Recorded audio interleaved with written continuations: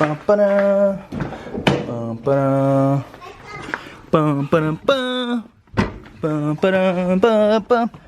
guys, so today we're going to be livening up the interior. If you go ahead and turn on the lights, you can barely tell that they're on. Or well, it looks like it on the actual on the video you can see it, but in real life it's really dull.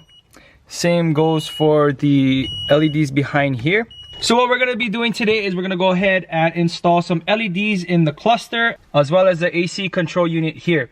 First off, we're going to start with the hardest one, which is going to be this one right here. So in order for you to take it off, you're going to want to pry up this part right here. Be very careful because this is a 20-30-year-old car and you do not want to break any of these pieces because they're getting harder to come by.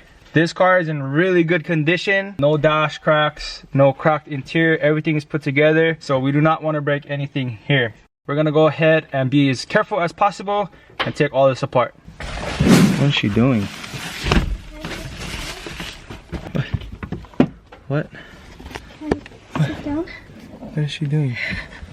The car, there's no space to go in the car. Oh, she just hit us with the Spider-Man. Okay, so Christine is gonna go ahead and remove her AC vents. I'm gonna let her do a bunch of this so that way if I break anything, it's not my fault. Or if something breaks, it's not my fault. Don't break it. I really don't want to. Okay, put that someplace where you know you're not gonna break it. Alright, so all you're gonna do is take off those 4 Phillips screws, 2 on each side. As Christine is doing right now. Do not strip these. I need a better screwdriver. This probably hasn't ever been taken out. This car even has, like, this car is like all original everything. It even has the stock CD player in here. That's crazy. Go ahead and pull that out. Unplug the back. Okay, your job is to take this knob off. It says to pull the brown board out and reveal the green board. It will reveal the lights you will be replacing. So there should be 2 or 3 of them. Okay, so you twist it and pull it up. Oh, this is it? Alright, so we got these off of Super Bright LEDs. They're like $1 or so a piece. So hopefully these ones fit. Put it in? There's another one in there, that black thing underneath here. You know what sucks? It needs to have the correct like continuity for it to, or polarity for it to come on. So if you put it on the wrong way, the light's not gonna come on. Plug those in. Oh, okay. You don't need to snap it. Plug it in. Don't close it up. Plug it in. And then try to turn on the parking lights to see if it come on. Okay. Ready? Yep. Here we go, let's see if it works. Nothing. Nothing. Flip the 2 other bulbs around, the easy ones, flip them around. Okay, so that means we put the other one on the wrong way too. Damn it. There we go. There. That looks so much better. At least we don't need to take it all the way out, right? We just need to pop it up a little bit and then spin it. Oh, there. Yay! It works. Oh, that looks so much better. Oh, it looks so nice now. Now we're gonna have to take off the cluster. So you're gonna take off the Phillips screwdrivers that's underneath here. There's one here, and then you'll be able to pull this off, unbolt these plugs or unplug the plugs, and then unbolt the 3 to 4 Phillips that are holding on the cluster itself, and then we should be good.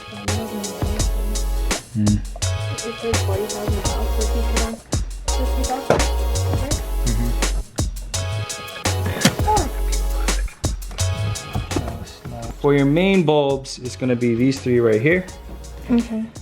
So that's gonna be 1, 2, and 3. So we have pink LEDs. We're gonna see how they look, and if she likes them, we're gonna leave them. If not, we have white ones that we can put in there if she doesn't like these. Yeah, it comes straight up. But it's gonna matter after you put it in. But just like the other one, we're gonna have to check to make sure it fits. Alright, so we just decided to leave all the miscellaneous lights and just change out the clock one because I don't plan on having all of the ABS lights and all that on here. Like I said, just like that car, I don't want any dash lights to be on here. If something breaks, I almost always will fix it. The speedometer doesn't work, so what we're gonna do is, oh yeah, see, it's like stuck to the plastic. So what we're gonna do is we're gonna try to see if we can probably clean it up and maybe the speedometer will start working again. Alright guys, so we actually have an extra speedometer, but this is the base model. So if you guys don't know, the base model comes with the black And then the SE versions come with the white face. Personally, I prefer the black face, but since this is an SE, we're gonna go ahead and leave it like this for now, especially since we changed out the bulbs. But what I'm gonna try to do is see if we can salvage some parts off of this one, since we know this one works. You're taking the one that works to fix the one that's broken? That's exactly what we're doing. So we're gonna use the black one because I broke this one, that's why. So we have to use the black one now. Yeah, and we already know, or Blaine bought it and it said that the speedometer already works. So the reason why I took this one apart is because you can't really tell, but there's all rust all over here. And the needle is all rusted, so it won't move.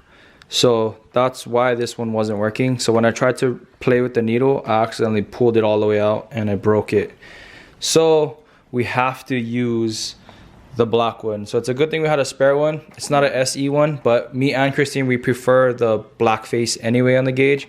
So all we did was we swapped over the LEDs, and then Christine's gonna go plug them in, make sure that everything works before we put everything back together. So the clock one isn't coming on. Try to put this one in. There we go. That's nice. Okay, now this is gonna be the hard part, to try and get this to fit back in there.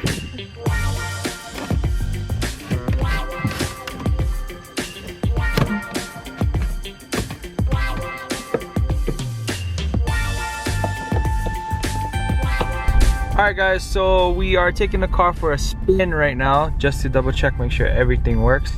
And if you guys watch this, the speedometer works now. So that means that I was correct where the needle was rusted out so it wouldn't move. Too bad I broke it, but it worked out. So we got a working speedometer now. Everything works on this car now, so that is perfect. So check this out guys, this lights look super good. It gives the car a more modern look. Yeah, so yeah, I like it. So we're actually on our way to get some Frosties. Alright guys, so we just got back home. The speedometer works, engine temperature gauge works, everything works on top. This car is so good to be back inside a 240. Blaine had a Zenki when I first met him, and I was 14, he was 17, and this just brings back so much memories. None of this would be possible without Blaine. Within 2 weeks from getting the car and finding out that it had the rod knock on it, Blaine rebuilt it and threw the new engine in, and the car has been running strong ever since that. So we can't wait to be starting on the exterior mods. That's going to be coming very soon, so I hope you guys are excited for that. Thank you guys so much for rocking with us. Blaine is the only one that's working right now, and I stay at home with Kaylee and edit these videos for you guys. So we really do appreciate all you guys' support, all your comments, all your DMs, everything. We really do appreciate it. All the people that cop jet tags, thank you guys so much. If you guys haven't copped them already, make sure you guys do so in the description below. There are these ones right here. They say stay good on one side and diamonds on a budget on the other side. They're only $6 plus free shipping, so make sure you guys cop some. But that's gonna be it for today's video. Thank you guys so much for watching. We'll catch you in the next one. Peace out and stay